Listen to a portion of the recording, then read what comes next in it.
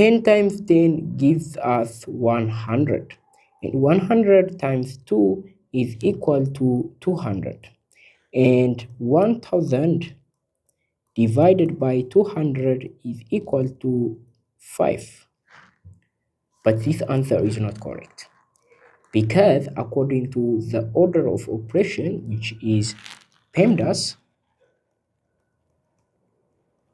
so according to the rule PEMDAS, P stands for parentheses, E stands for exponent, and main D stands for multiplication or division, and F stands for addition or subtraction.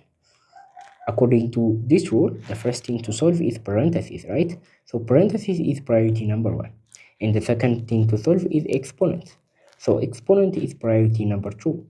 And the third thing to solve is multiplication or division, right? One of these, or multiplication or division. So for multiplication or division, we have to solve the problem left to right, right? So we have to solve whichever comes first, and we are going to start from left to all the way to the right, like reading a book. And finally, we have to solve addition or subtraction, like multiplication or division. For addition or subtraction, we are going to use the same approach. If we encounter them in equation, we have to solve left to right.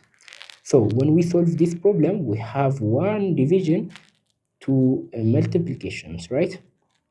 Since multiplication and division both have equal priority, we are going to solve the problem starting from left all the way to the right to the end of the problem, right? So we are going to divide and then multiply and then multiply. So that is the right approach and the correct order to solve the problem.